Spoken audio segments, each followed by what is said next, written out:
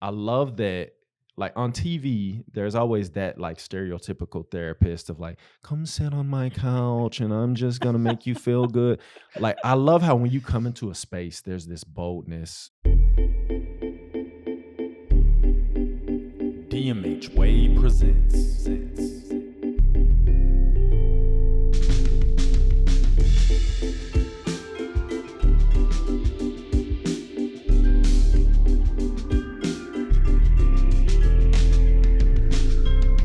Chat GCG, a DMH Way podcast. Here we go.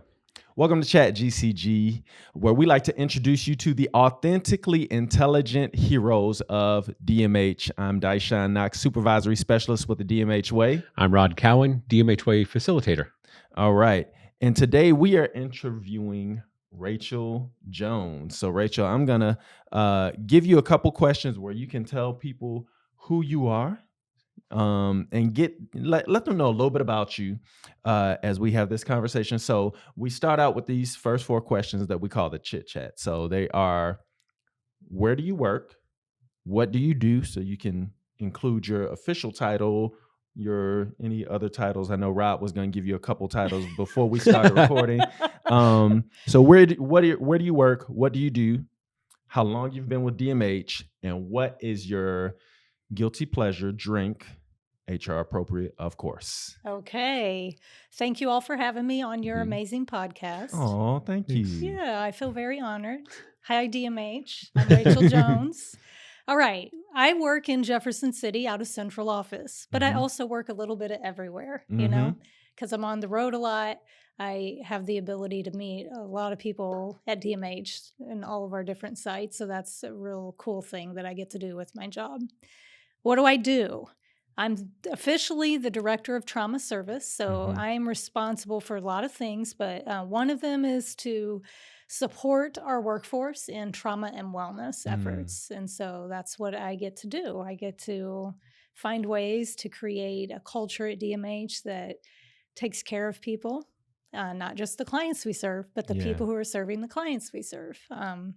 So that's a really neat thing that I get to do. But I also do a fair amount of teaching about trauma and well-being to a bunch of different professionals around the whole state, not just mental health, not just DMH, our other state agencies and departments, several different professional groups that are all touched by trauma and all need access to wellness and wellness resources and wellness education.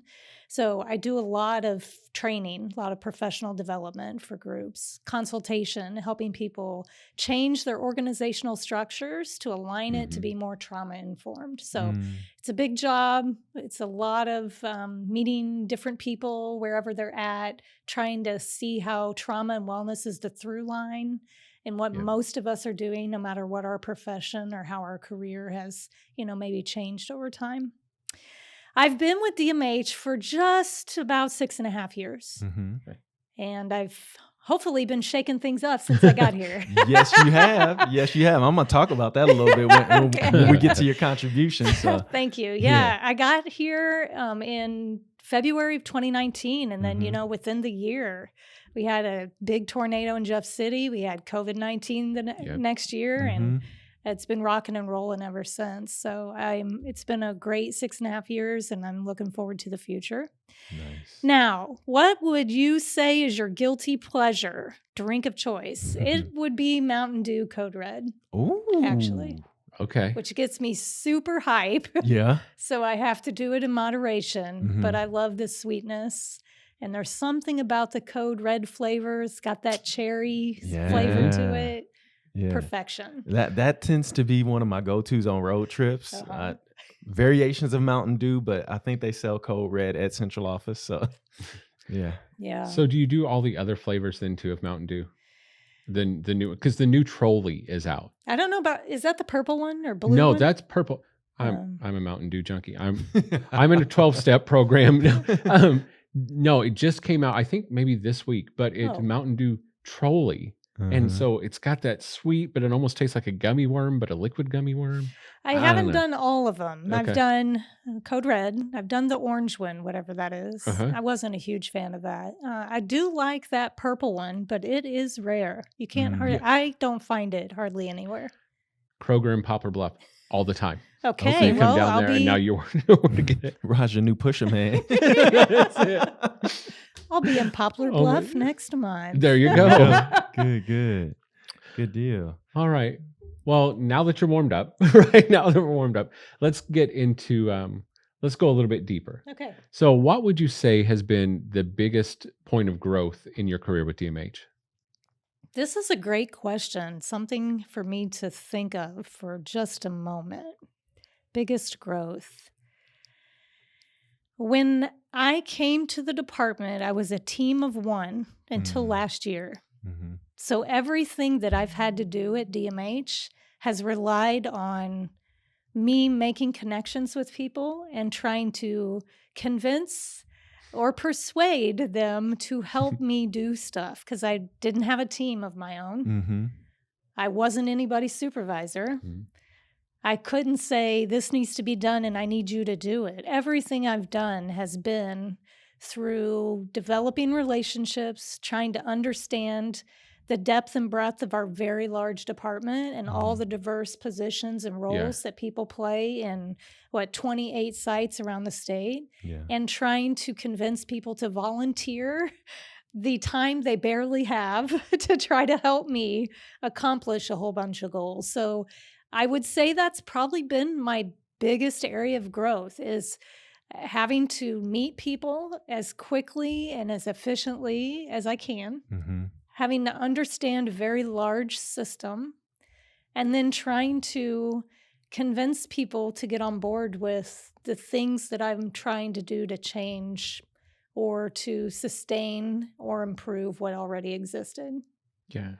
So as you're doing all that, being DMH Way podcast, right? The Chat GCG, are you seeing the DMH Way playing a part in that, or in what ways are you seeing DMH Way tools being utilized? Yeah, I think DMH Way and the work that I do, which is really, trauma-informed work at the organizational level, I think they're very complementary of one another. The skills that we learn in DMH Way, like tides and heat and conflict resolution, and even one of my favorites, which is that difficult conversations tool. I use that quite a bit, actually. A lot of that is very trauma-sensitive stuff. It's not called trauma-sensitive. It's not called trauma-informed. It's by another name.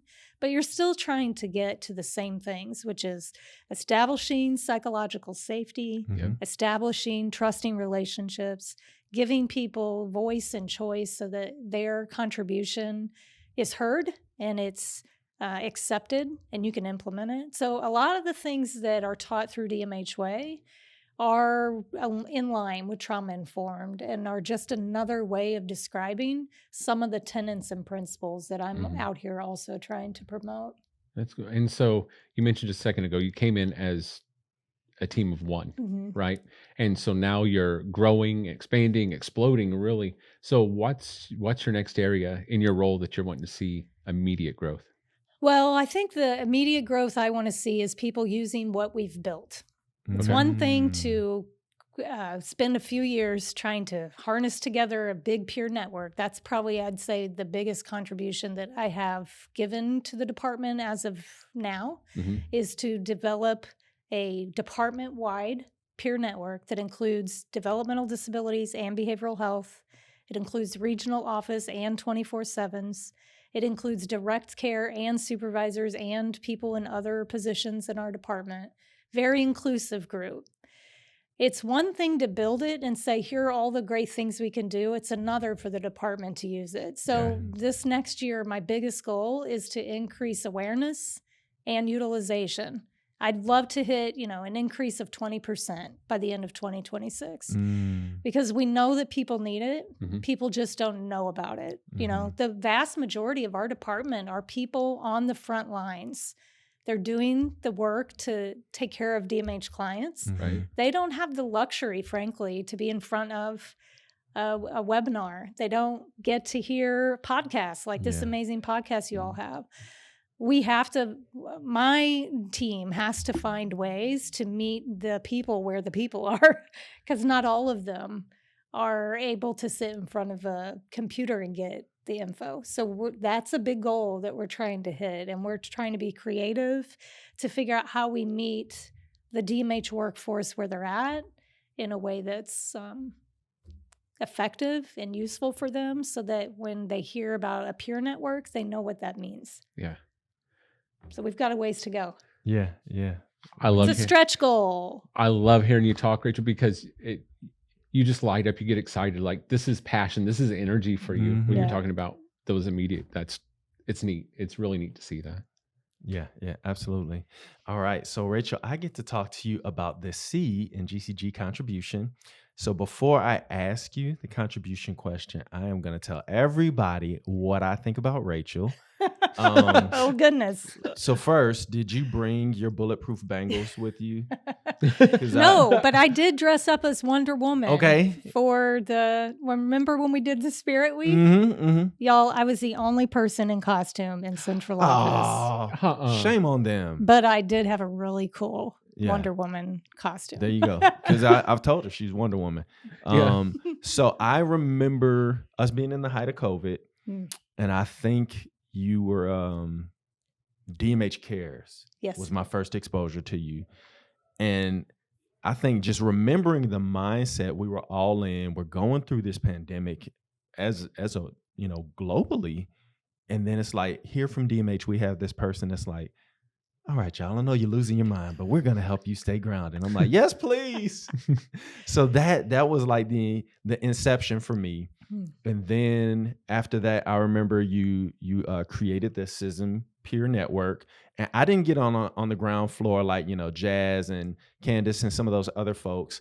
But when I finally was like, I need to jump on board, and I realized how big it was, I said, doggone, everybody wants to get behind this vision that you have. It's like, it's almost prophetic. And I feel like it was one of those things where so many people felt like with the work that we do, people need to get that support. People need that care to continue to care for the consumers.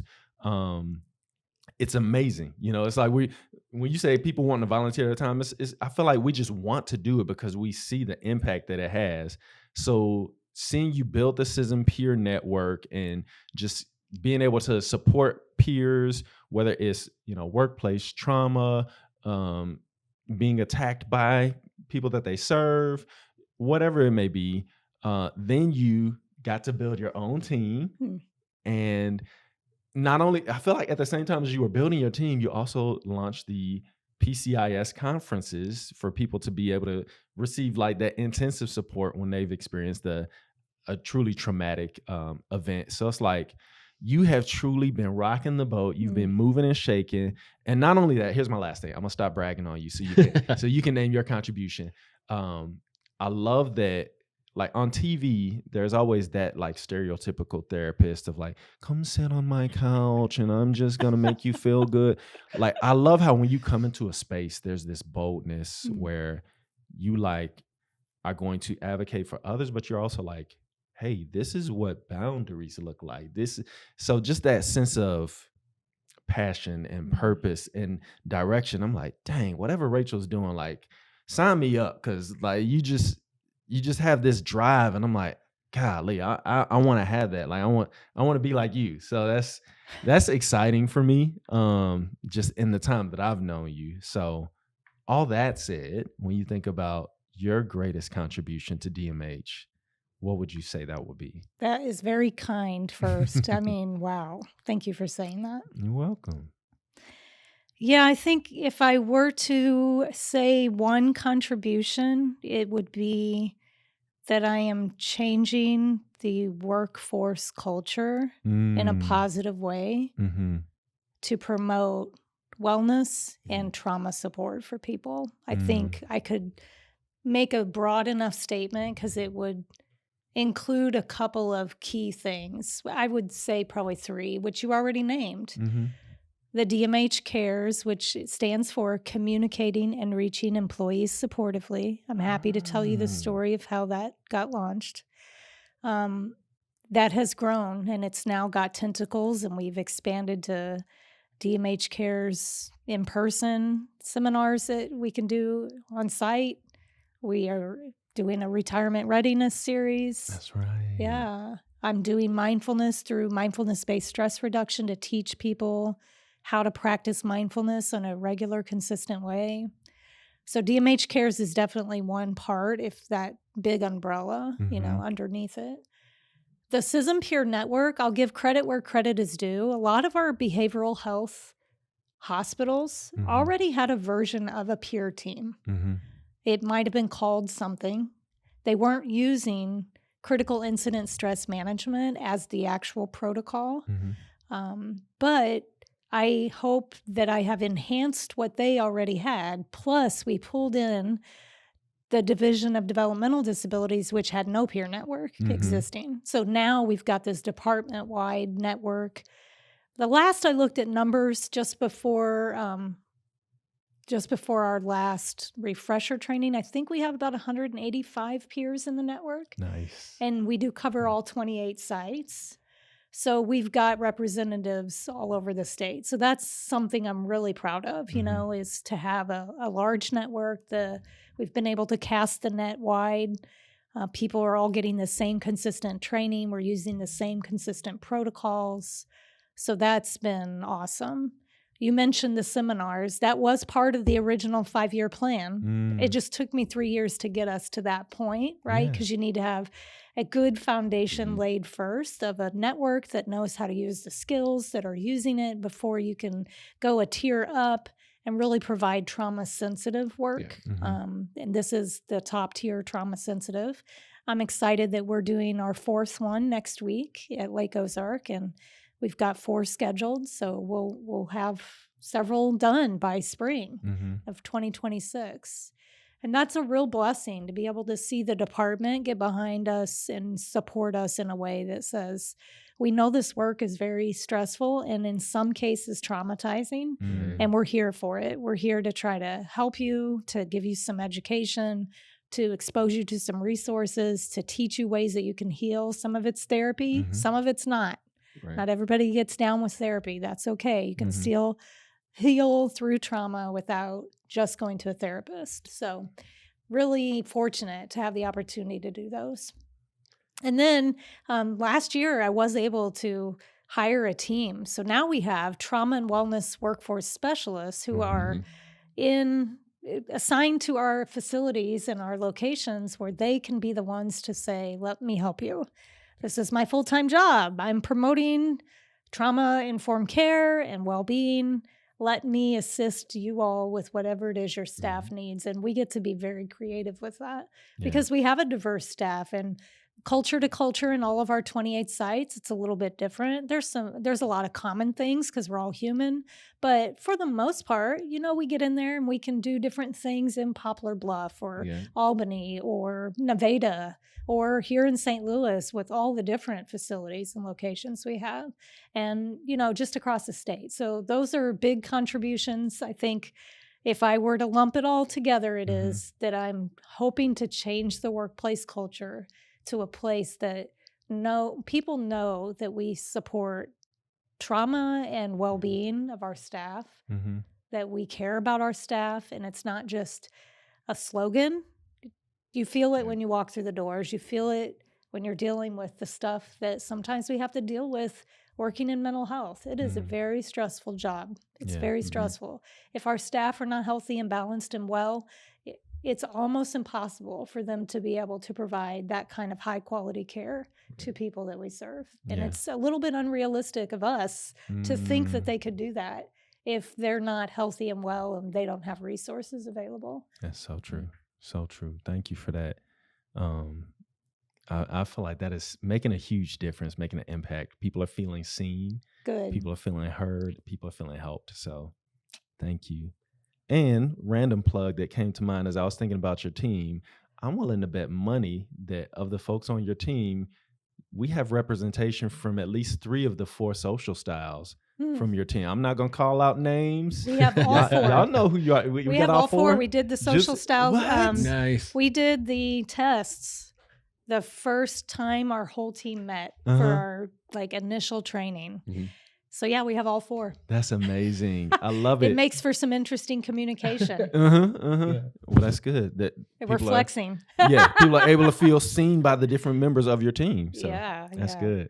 So I'm going to ask you about your goals here in a second, but I got another question for you first. Okay. As an LPC, how do you feel about Deescation's counselor voice? Oh, come What? sit on my Stop couch. it. Did it make you feel some kind of way about that? His counseling voice. I don't know. That was funny to me. Okay. And, you know, honestly, counselors get a bad rep. Our reputation is horrible, especially in the media. They they make us out to be someone we're not. It's hard to be taken seriously when you're our therapist. Yeah.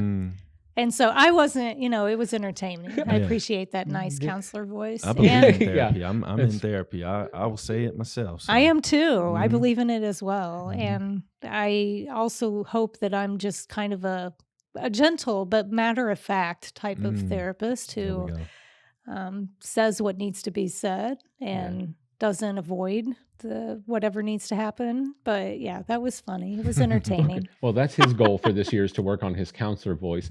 But your goals. So thinking about no, not to push too much. And if I ask too much, tell me to shove off. You won't hurt my feelings. I'll cry in my pillow later. But Oh, you won't. So thinking about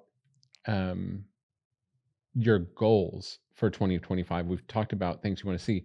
Let's talk about personal and professional goals. okay. What do you really want to see for yourself in a personal and professional way in 2025 going into 26 now, Yeah, right? the year's Yeah. almost over. Right? Okay. I have multiple goals. Okay. I'm one of those people. Mm-hmm. One goal, obviously, I mentioned this earlier. It's increasing the awareness and utilization of what already exists, which is our CISM peer network, and really helping people understand what it is, how to use it, who to access, and then us proving to the department that it's helping. So having the data that shows when we're using it, it's helping to retain people. It's helping people understand the impact that stress and trauma has on their overall health and well-being. Okay, Right. so that's one big one. Another one that I'm really interested in that's going to take us in maybe a new place is digital wellness and educating the department around digital health and wellness. And what I mean by that is not anti-tech, okay? Because a lot of times when people start talking digital wellness, the red flags go up and it's restrict everything. And that's not what I'm talking about. I recently went to the National Wellness Institute. They had a really great seminar. Our team went. I got very inspired. They're ahead of the curve around digital wellness. And they say it's healthy tech, not anti-tech. Okay. Love that tagline. Yeah. It's theirs. I won't steal it. But in terms of us as a department moving forward and thinking about all the ways that digital health and activity permeates every aspect of our personal and professional lives, that is one area that I'm really interested to dig around in a bit, is to kind of set some goals around educating folks and giving people resources to have healthy tech use, not anti-tech, but really, you know, dovetails for me into this other space that I'm interested in, which is addiction. Addiction to technology, addiction to gambling, addiction to substances, sometimes even addiction to work. And so looking into addiction space and what that means for wellness, what that means for, frankly, trauma exposure, because we know there's a connection with trauma and addiction, especially substance use, that people use it to numb and cope with trauma. And then as a use, it usually exposes them to more. You can say the same even about some online activity. People use it to escape, to numb, and to cope, but then it exposes them to even more. So that's one kind of professional, personal goal that I want to move into, is that digital health and wellness space, and figure out what we can do to support the department in that area. I mean, it's here. It's only going to get more advanced more quickly. We will look around 5 to 10 years from now, and our digital space is going to be so different than what it is even right now. we have a lot to be ready for and not to be afraid of, but just to be educated about and ready for. So that's one other goal area that I'm looking at. I could probably keep going on and on.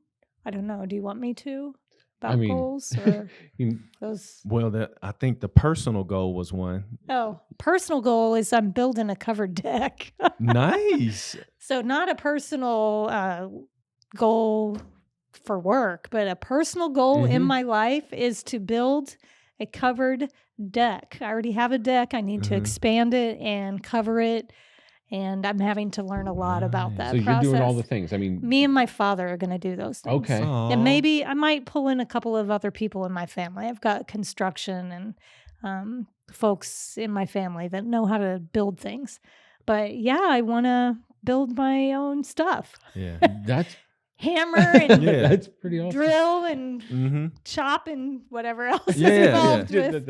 If you swing a sledgehammer, I want to see some video footage. Before and after. No, I really do like to do things that have that use a different part of my brain and my skill set, right? Like I cannot always be thinking about trauma. It's so overwhelming. It's exhausting. So I like to escape and doing home projects. So this is a big one for me, but I am hoping to have that done by the spring of 2026.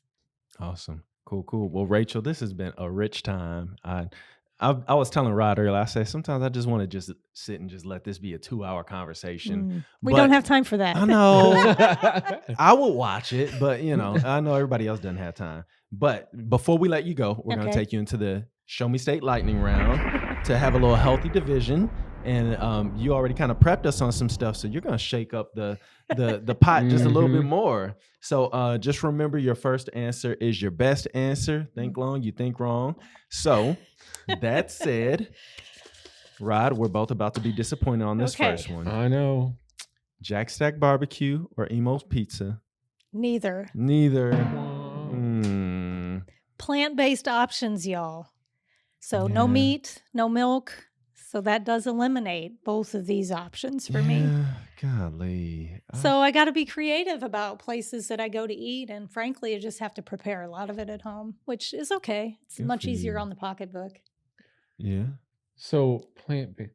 So Emo's pizza sauce or Jack Stack's barbecue sauce?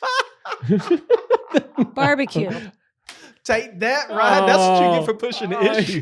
Yeah, I would choose barbecue flavor over just the standard marinara. But, there's good marinara out there. All right. Yeah, because marinara only complements that cheesy, mozzarella sticks, pizza, all that. I tried. You did. I failed. It blew up in your face. I disagree with that, though. I think marinara, because, I use a lot of like lentil and just different vegetables. You can use marinara and you don't have to have the cheese. Point taken. If I were to choose between a barbecue or a marinara, I'd probably go with the barbecue side. All right.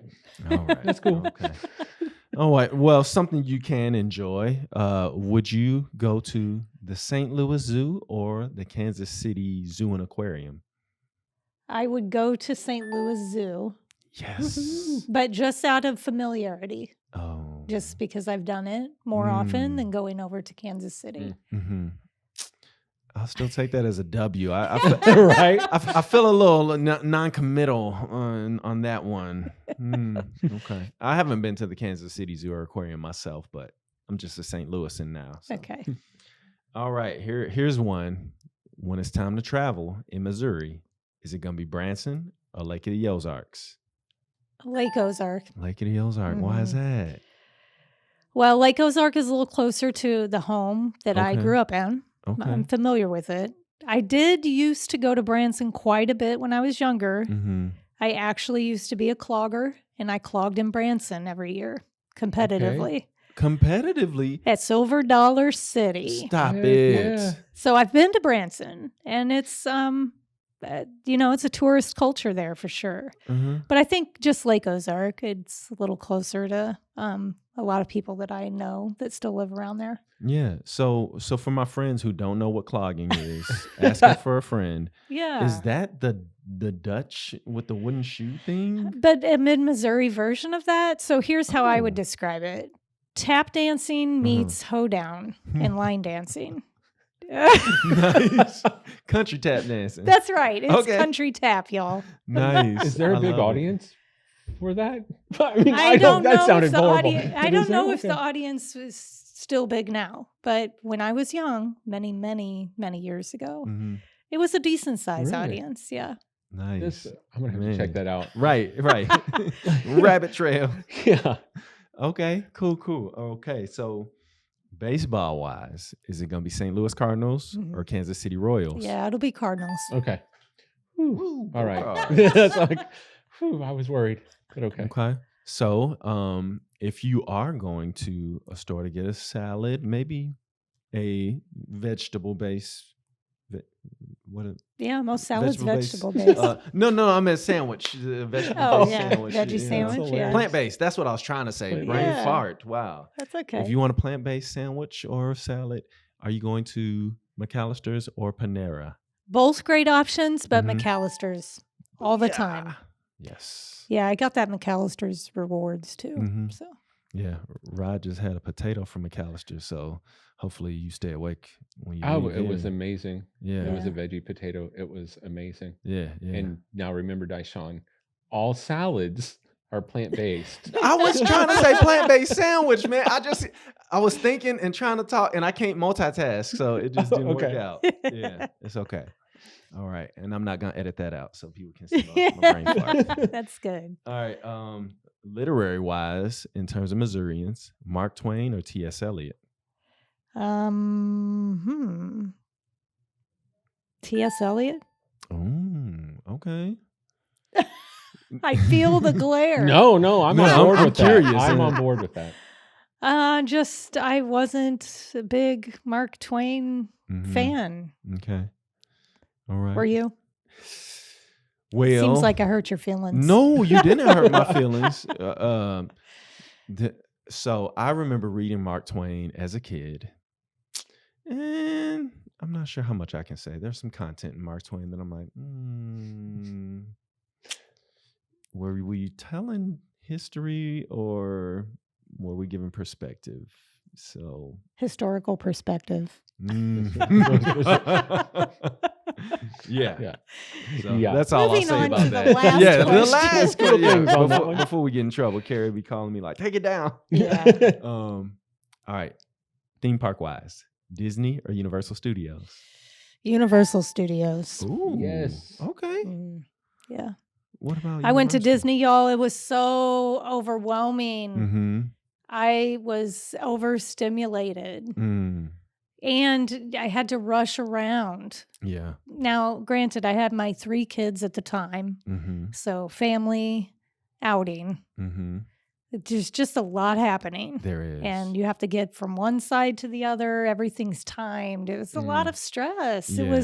It took the joy out of it. Mm-hmm. Yeah. So Universal. Yeah. Okay. Nice. Was anybody scared of the people in costume back No, then? Okay. no. That's good.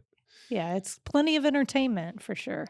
Absolutely. Good Awesome. questions. Those are Yeah. fun. Yeah. Thanks. Well, Rachel, thank you so much for joining us on this episode. It has been a great time. I'm just excited to see what you continue to do throughout DMH for DMH. And I'm here for it, right? I'm here for it too. Yeah, I need to work on my voice. That's awesome. Yeah, thank you so much, Rachel. It's been a pleasure. Thank you all for the time and for focusing on the work that I'm doing. Absolutely. Cool. All right. Catch y'all next time. Chat GCG, a DMH Way podcast. Thanks for watching. Like, comment, and subscribe. Scan the QR code for the DMH Way website.